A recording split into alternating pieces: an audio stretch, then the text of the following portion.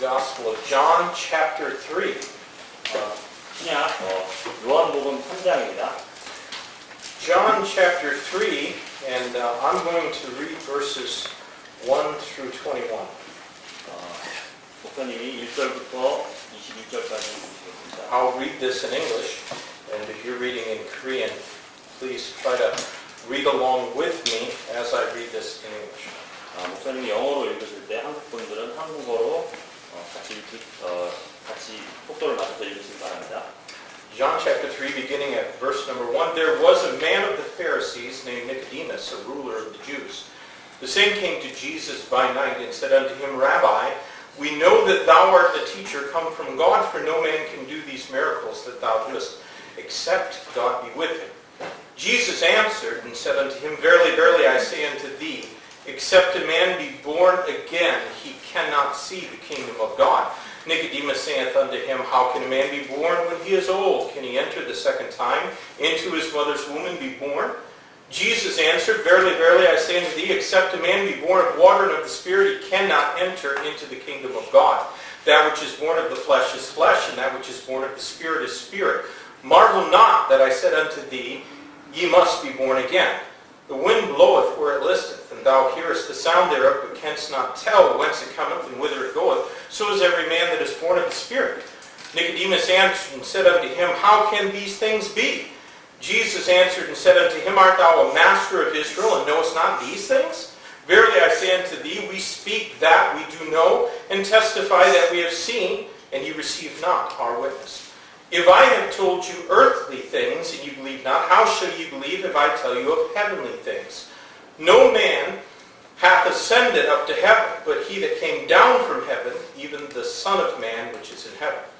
And as Moses lifted up the serpent in the wilderness, even so must the Son of Man be lifted up, that whosoever believeth in him should not perish, but have eternal life. For God so loved the world, that he gave his only begotten Son, that whosoever believeth in him should not perish, but have everlasting life. For God sent not his Son into the world to condemn the world, but that the world through him might be saved. He that believeth on him is not condemned, but he that believeth not is condemned already, because he hath not believed in the name of the only begotten Son of God. And this is the condemnation, that light is come into the world, and men love darkness rather than light, because their deeds were evil. For everyone that doeth evil hateth the light, neither cometh to the light, lest his deeds should be reproved. But he that doeth truth cometh to the light, that his deeds may be manifest, that they are wrought in God. After these things came Jesus. We'll just end there at verse 21. Let's have a word of prayer and ask God to bless our service today. Lord, we love you and thank you for your word. And I think we can find no more higher message than that which is in our text today, that God so loved the world, that he gave his only begotten Son, that whosoever believeth on him should not perish but have everlasting life. Thank you for the message we find in our text today.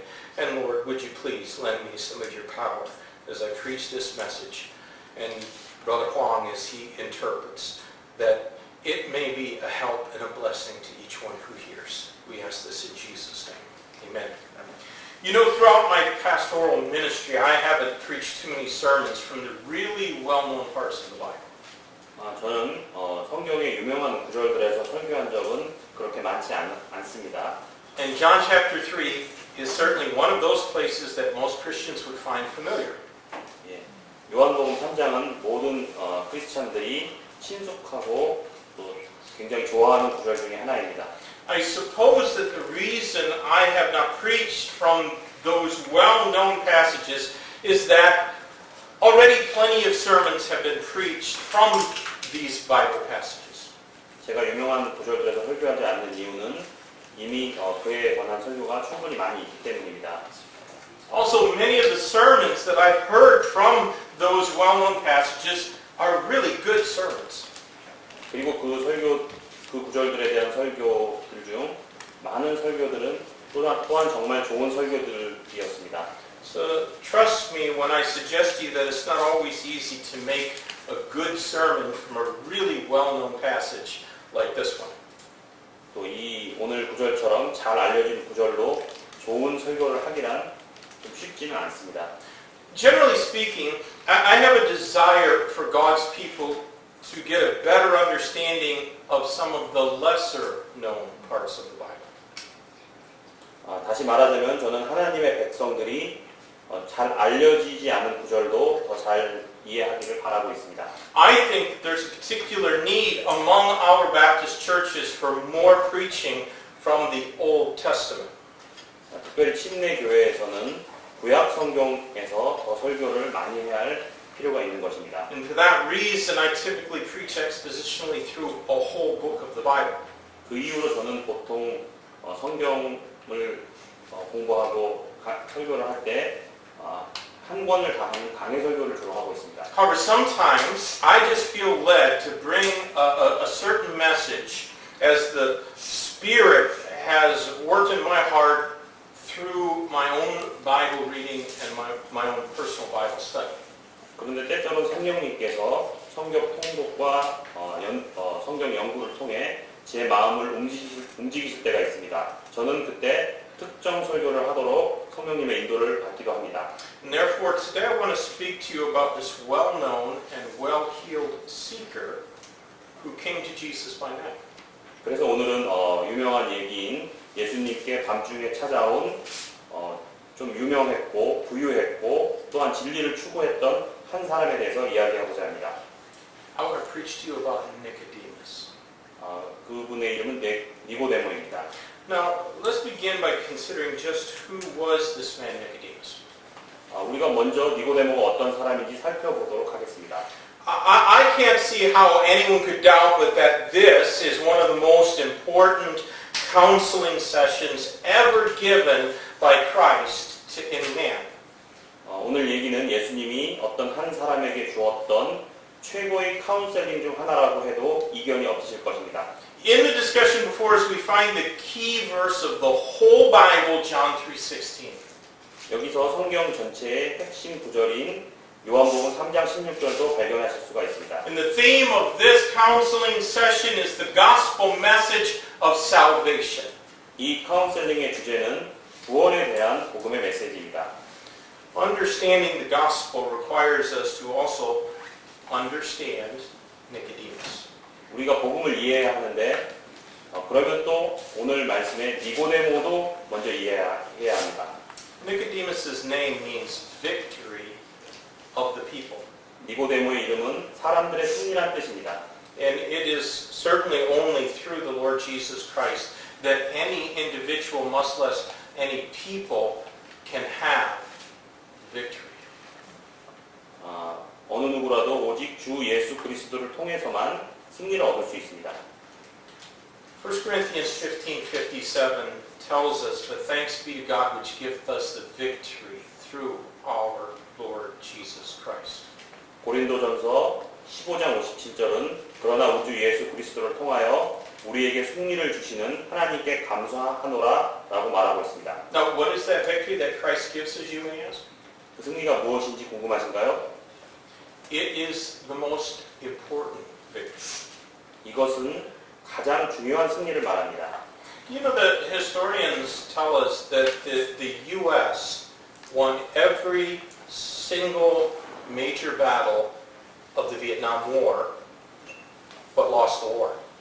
역사학자들이 말하기를 미국은 베트남 전에서 정말 무수한 승리를 했지만 전쟁에서는 졌다고 평가하고 있습니다. The most important victory is one that we cannot possibly win on our own by ourselves. 여기서 가장 중요한 승리는 우리가 스스로 승리할 수 없을 때 얻을 수 있는 그런 승리를 말합니다. It's the victory over sin and death. 이것은 죄와 사망으로부터의 승리입니다.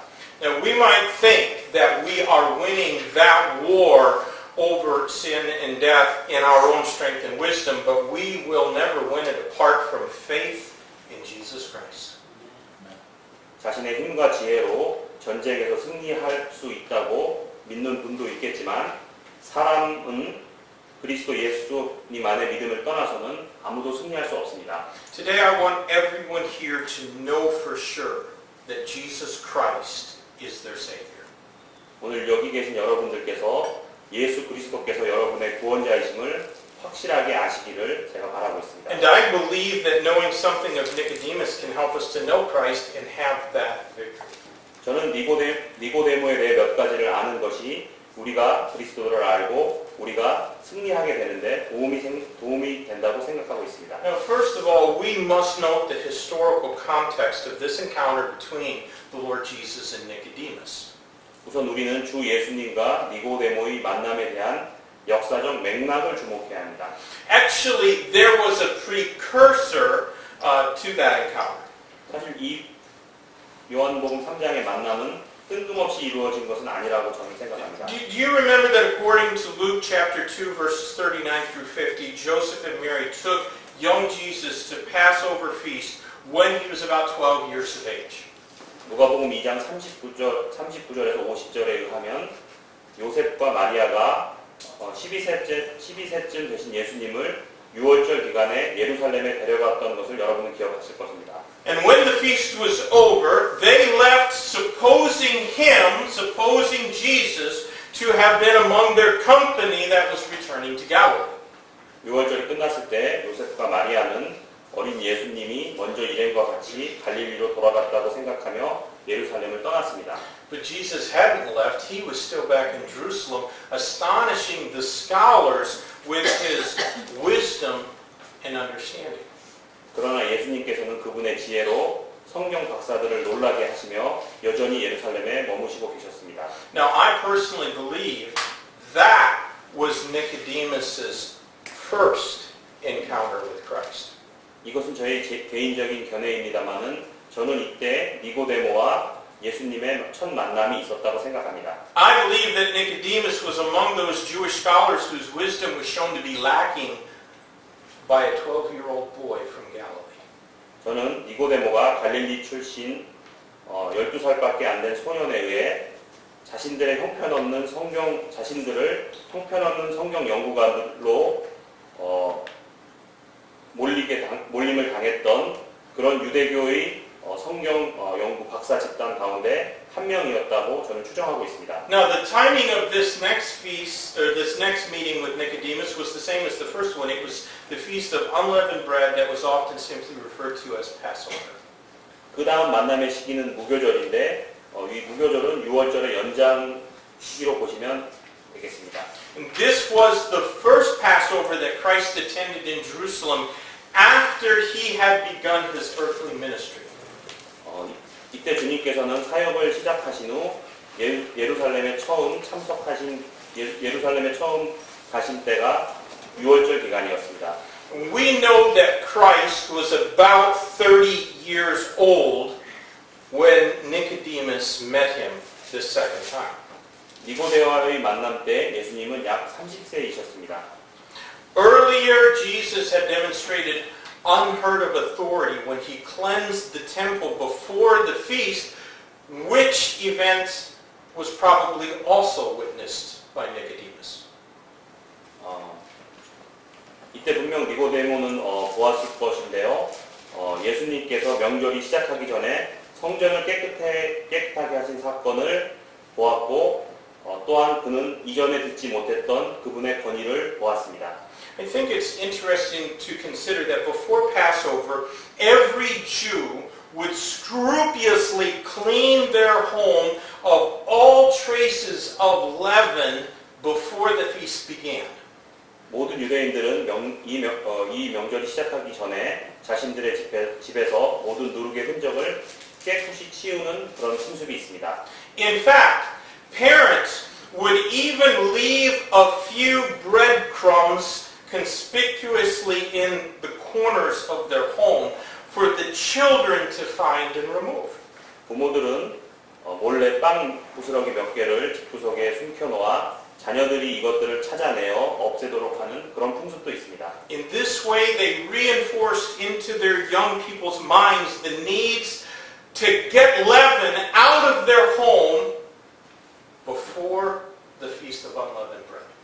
이렇게 해서 유대인들은 자신들이 자녀들에게 무교절에는 집에서 누룩을 치워야 된다는 것을 강조하고 하였습니다. But they did not remove the leaven of greed and religious hypocrisy from their place of worship. So Christ had to go do it for them. 그런데 그들은 예배드릴 때 욕심과 종교적 위선의 누룩은 제거하지 않았기에 예수님께서 그들을 위해 친히 누룩을 제거하셔야만 했습니다. Beloved, we all need to be aware of that leaven of unbelief and hypocrisy. 사랑하는 여러분, 우리도 모두 불신과 위선의 누룩을 조심해야 합니다. Jesus accomplished a notable miracle before this Passover season when he changed the water to wine, that wine being fresh grape juice, at the Cana wedding. 예수님께서 이 6월절 전에 가나의 혼인잔치에서 물을 신선한 포도주스로 변화시켰을 때 그때 눈에 띄는 기적을 행하셨습니다. Now that miracle, along with the cleansing of the temple, would have ignited a firestorm of speculation and curiosity, especially coming hard after the ministry of John the Baptist. 이 기적은 성전을 깨끗하게 하신 것과 함께 많은 추측과 호기심을 불러일으켰을 텐데요. 특히 세례 요한이 침례 요한의 사역 이후에 특히 그러했습니다. Those two events would have been viewed by the people as a sign from God. 이 사건은 사람들에게 표적으로 여겨질 것이었습니다. Now, the first sign was marked by joy in being associated with a wedding and because of its creative power. 첫 번째 표적은 혼인잔치와 그곳에서의 기적적인 창조의 힘과 연관되어져 사람들에게 기쁨으로 여겨졌습니다. But the second sign was a violent stroke against improper worship. 그런데 두 번째 표적은 부적절한 예배에 대한 강력한 매질이었습니다. And friends and foes of Christ would have both been wondering about those two signs. 그리스도인들의 예수님의 친구들과 예수님의 적들은 둘 다 이 예수님의 표적들에 대해서 궁금해하고 있었습니다. And that's what brought Nicodemus to come inquiring of Christ. 바로 이 시점에 니고데모가 예수님께 와서 질문을 한 것입니다. Now, Nicodemus came to Jesus by night because of his fear of his fellow Jews. 니고데모가 밤에 찾아왔는데 이것은 아마 그의 동료 유대인들을 무서워한 듯 보입니다. And the text says that he was a ruler of Israel. 본문은 그가 치리자였다고 말하고 있습니다. That meant he sat among the 70 men who made up the Jewish council called the Sanhedrin. 그것은 그가 사내들이라고 불린 유대인 공회를 구성하는 70명의 사람들 중 하나였다는 것을 말하는 것입니다. You know, those who seek to be rulers are often handicapped by fear of those whom they rule over. 흔히들 통치자가 되기를 추구하는 사람들은 종종 자신이 지배하고 있는 사람들에 대해서 두려움 때문에 정치를 잘 못하는 것을 제가 볼 수 있습니다. And fear often paralyzes us and keeps us from making right and godly decisions. 두려움은 많은 경우 우리가 옳고 경건한 결정들을 하는 것을 방해하고 심지어는 마비시켜버리기까지 합니다. Christian, you need to do this. You need to determine to do right in the sight of God beforehand. 그리스도 여러분께서는 먼저 하나님의 눈앞에서 옳은 일을 하기로 결심하셔야 합니다. Then you will never have to be ruled by the fear of what others think about you. 그러면 여러분께서는 다른 이들이 여러분을 어떻게 생각할까에 대한 두려움으로부터 지배받지는 않을 것입니다. Now, Nicodemus called Jesus Rabbi, which means teacher. 그는 예수님을 랍비라고 불렀는데 이것은 선생님을 의미합니다. To be called a teacher is to be honored in most cultures, but you know what? It's not a singular honor. 선생님이라고 불리는 것은 대부분의 문화권에서는 존경을 의미하지만 이것이 또 굉장히 명예로운 것은 또 아닙니다. It wasn't even as honored a title as being called prophet. 예를 들면 랍비는 대언자라는 말과 비교해도 조금 떨어지는 직위입니다. We know Jesus was about 30 years old then. 이때 예수님은 약 30세밖에 되지 않았습니다. Nicodemus probably more than twice that age. 니고데모는 분명 예수님보다 2배 나이는 많았을 것입니다. So perhaps teacher or rabbi was the limit to which he was willing to honor Christ at that point. 아마 선생님, 랍비란 요 호칭이 이 시점에서 니고데모가 예수님께 드린 공경의 한계였을 것입니다. Christian, what is the limit to which you are willing to honor Christ at this point in your life? 제가 질문 드리는데 지금 여러분께서 그리스도를 공경하실 때 어떤 한계를 가지고 계십니까? Now, your life, more than your words, will demonstrate the value that you actually place on Christ Jesus and on His Word. 여러분의 말보다도 삶의 표현이 그리스도 예수님과 그분의 말씀에 실제로 가치를 두는지를 세상에 보여줄 것입니다. Nicodemus called Jesus teacher, but he did not come to question Jesus about what he had taught. 니고데모는 예수님을 선생님이라고 불렀지만 예수님이 가르쳐준 것에 대해서는 질문하지는 않았습니다. He didn't even ask as to the Lord's authority for the things that he did. 심지어 그는 예수님의 권위에 대해서도 질문하지는 않았습니다. He simply made a statement or asked about the miracles. 그는 기적들에 대해서 질문을 했습니다. Jesus ignored his question entirely and instead spoke to him about salvation. 그런데 예수님은 이 니고데모의 질문을 완전히 무시하시고 그에게 구원에 대해 말씀해 주셨습니다.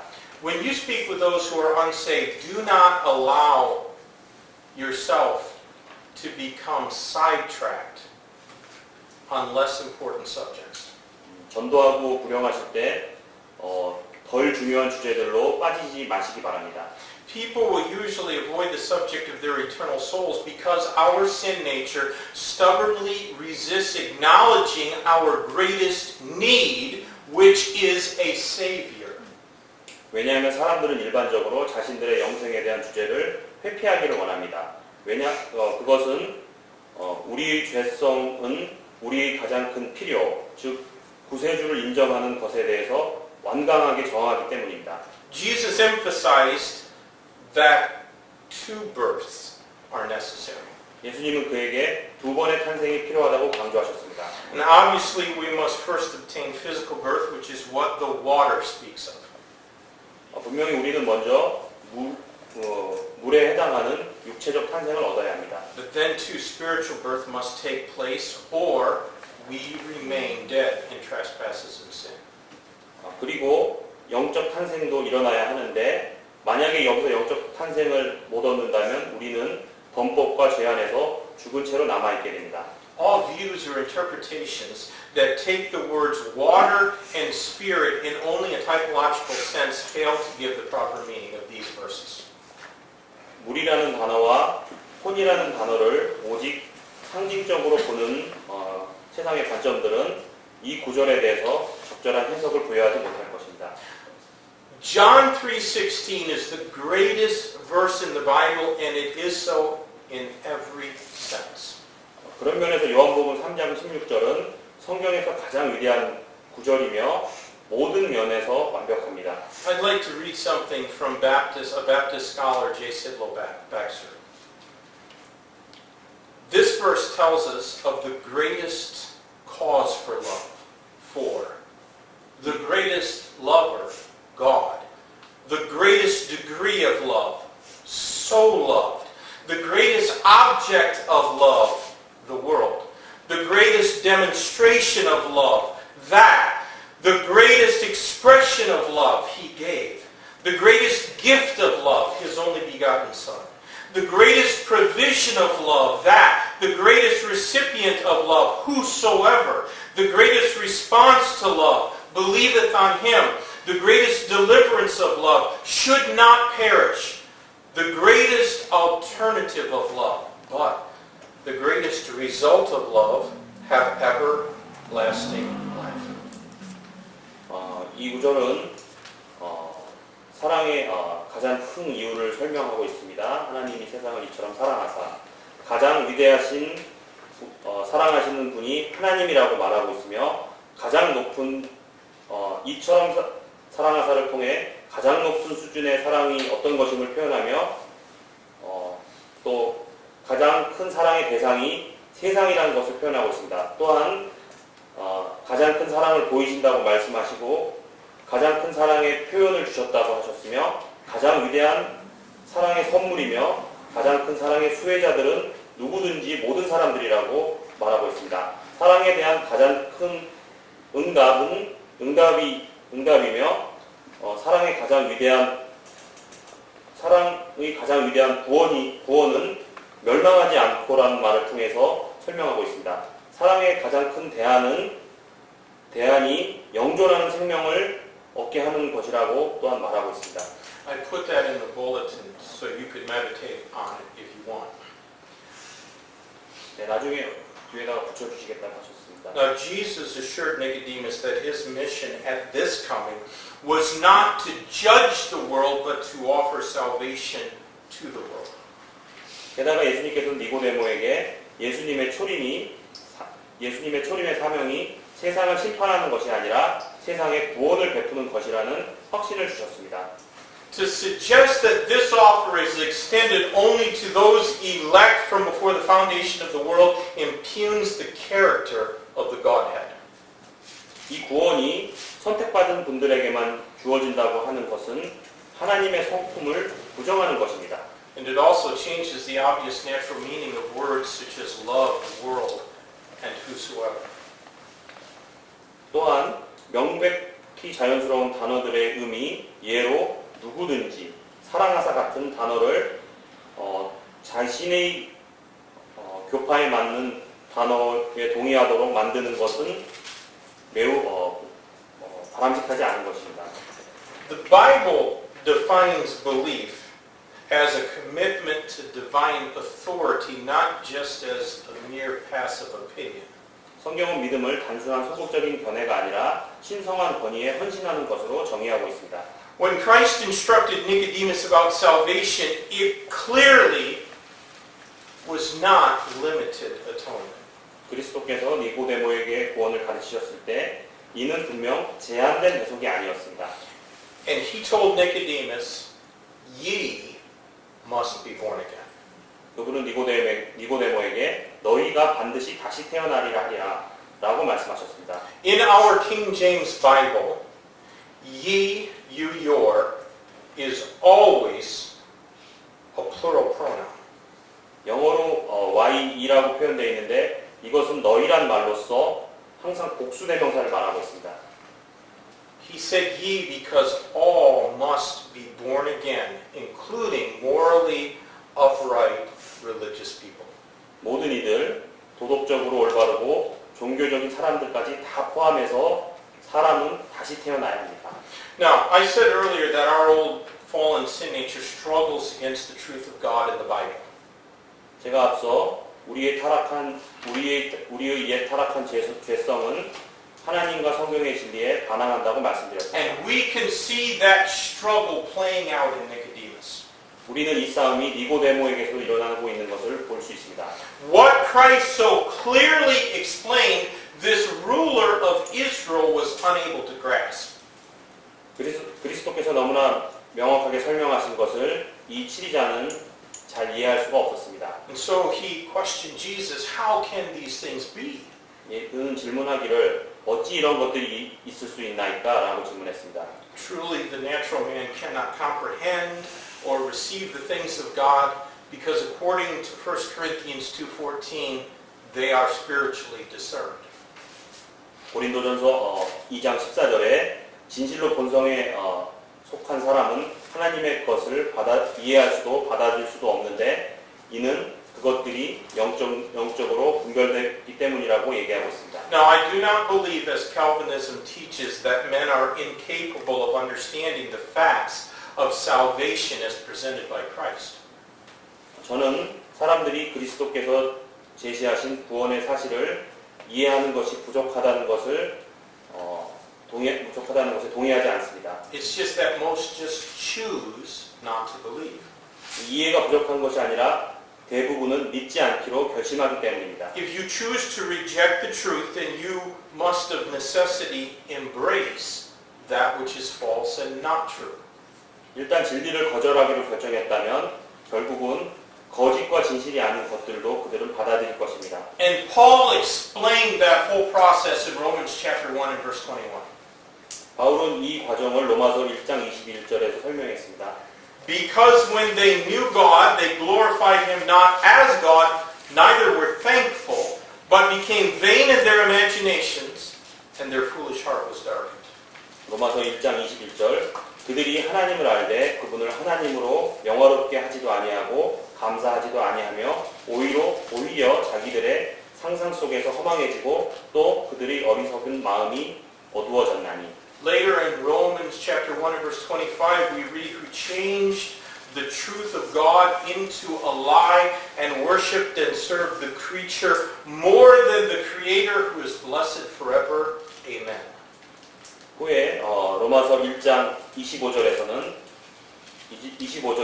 우리는 읽을 수 있는데 그들은 하나님의 진리를 거짓으로 바꾸고 창조자보다 창조물을 더 경배하고 섬겼느니라.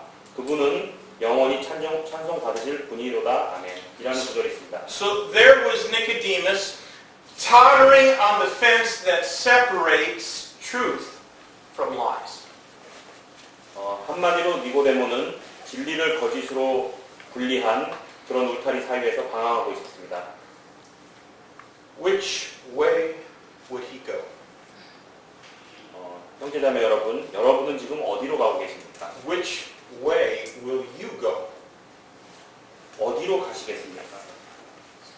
Just because you are saved doesn't mean that you cannot reject Bible truth and worship and serve the creature more than the Creator who is blessed forever. 여러분께서 구원 받으셨다고 해서 그것이 여러분께서 성경의 진리를 거부해도 되고 창조주보다 창조물들을 더 사랑하고 섬겨도 된다는 그런 의미는 분명 아닙니다. Christ asked Nicodemus how it was that he could be a master of Israel and not know the truth of salvation. 예수님은 니고데모에게 그가 이스라엘의 선생이면서 어떻게 구원에 대한 진리를 모를 수 있는지 물어보셨습니다. Again, I point out that Christ never bothered to answer Nicodemus' statement about the works of Christ. 다시 한번 저는 예수님께서 그분의 사역에 대한 니고데모의 발언에 대해 대답하지 않으셨다는 것을 지적해드립니다. The works of Christ were intended to point out our need of a Savior. 예수님의 사역은 구원자에 대한 필요성을 지적하기 위해 의도된 것이었습니다. Nicodemus needed a Savior. 니고데모는 구원자가 필요한 것입니다. And you and I need a Savior. 똑같이 여러분과 저도 구원자가 필요한 것입니다. Now let me quickly bring this message about Nicodemus to a conclusion. 제가 이 니고데모 설교의 결론을 빨리 맺도록 하겠습니다. In verses 11 through 18, Christ illustrated his teaching. 11절부터 18절에 예수님은 그분의 가르침을 설명하고 계십니다. And the illustration was Moses lifting up a brazen serpent in the wilderness. 이 예시는 모세가 광야에서 노뱀을 든 것이었습니다. The book of Numbers in chapter 21 records how God sent fiery serpents among the people of Israel because of their sin. 민수기 21장에서는 하나님께서 사람들의 죄 때문에 사람들 가운데 불뱀을 보내신 것을 기록하고 있습니다. Aren't you glad that God doesn't send fiery serpents among us when we sin? 노뱀을 찾고 그것을 본 이들은 모두 불뱀의 독에서 치유될 수 있었습니다. Because I don't like snakes.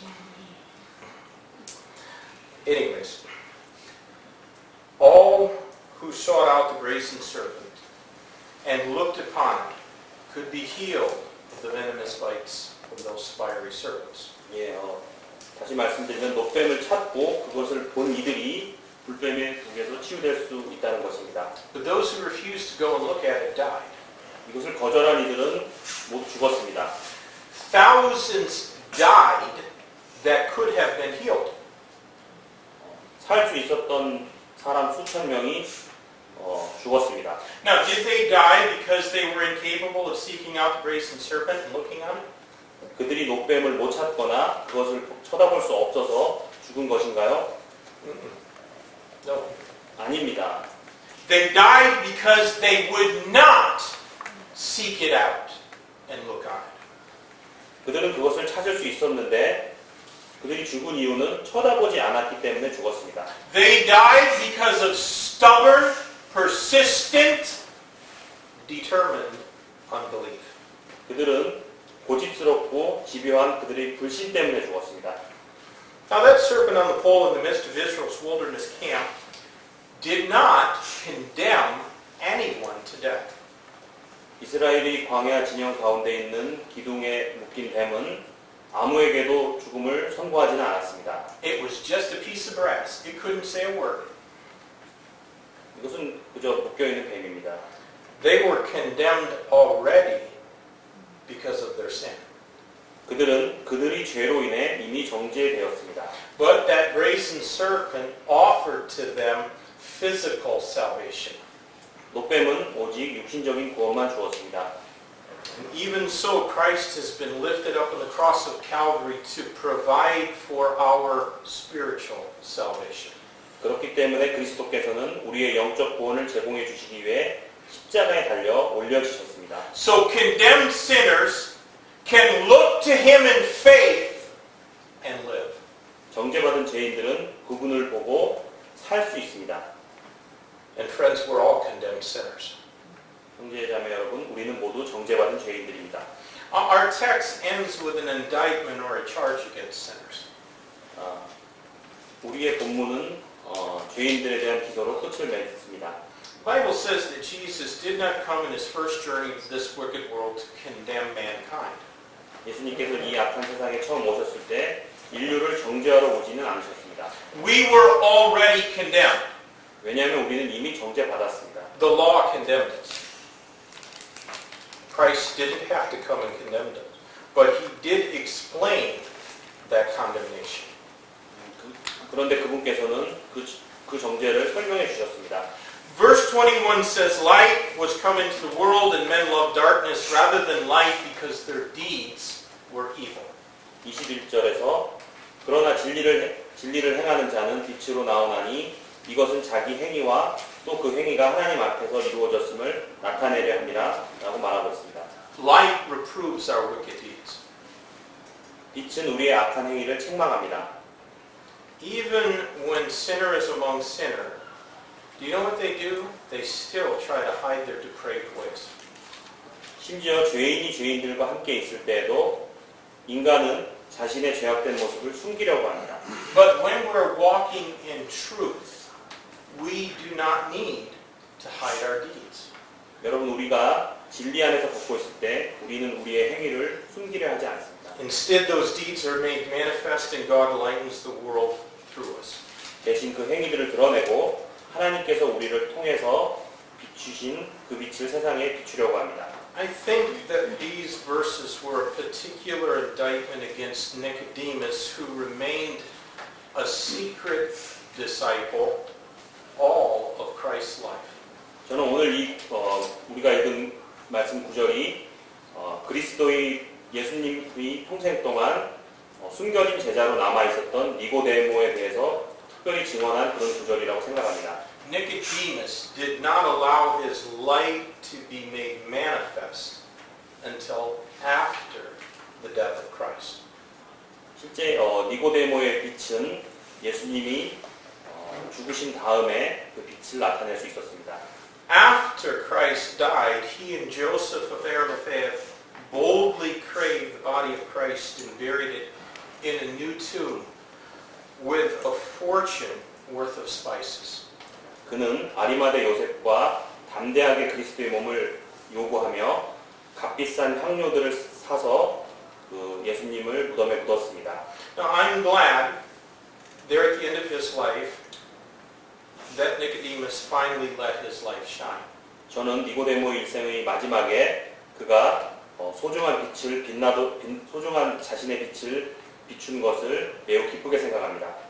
But listen, I suppose that when we go to heaven and we meet Nicodemus there, he will have regret that he hid the light in him, whilst his Savior sought to shine forth that same light brilliantly. 제가 천국에서 니고데모를 만난다면 그는 구원자 예수님께서 자신의 빛을 밝게 비추려고 하셨을 때 자신의 빛을 감춘 것에 대해 분명 인생의 후회를 하리라고 저는 생각합니다. Christian, how is your light looking? 크리스찬 여러분, 여러분의 빛은 어떻습니까? Can others see God through you? 다른 이들이 여러분의 빛을 통해 하나님을 볼 수 있습니까? Does your light shine light on Jesus Christ? Are you a secret disciple? 빛을 나타내신 분이 되시겠습니까? 아니면 숨겨진 제자로 남으시겠습니까? I mean, you're here, we know you're a Christian, but what about when you're out there? Does the world know you're a Christian when you're out there? 여러분이 나가셔서 전도하시고 빛을 밝히시기를 제가 강조합니다. Let's pray. Lord, thank you for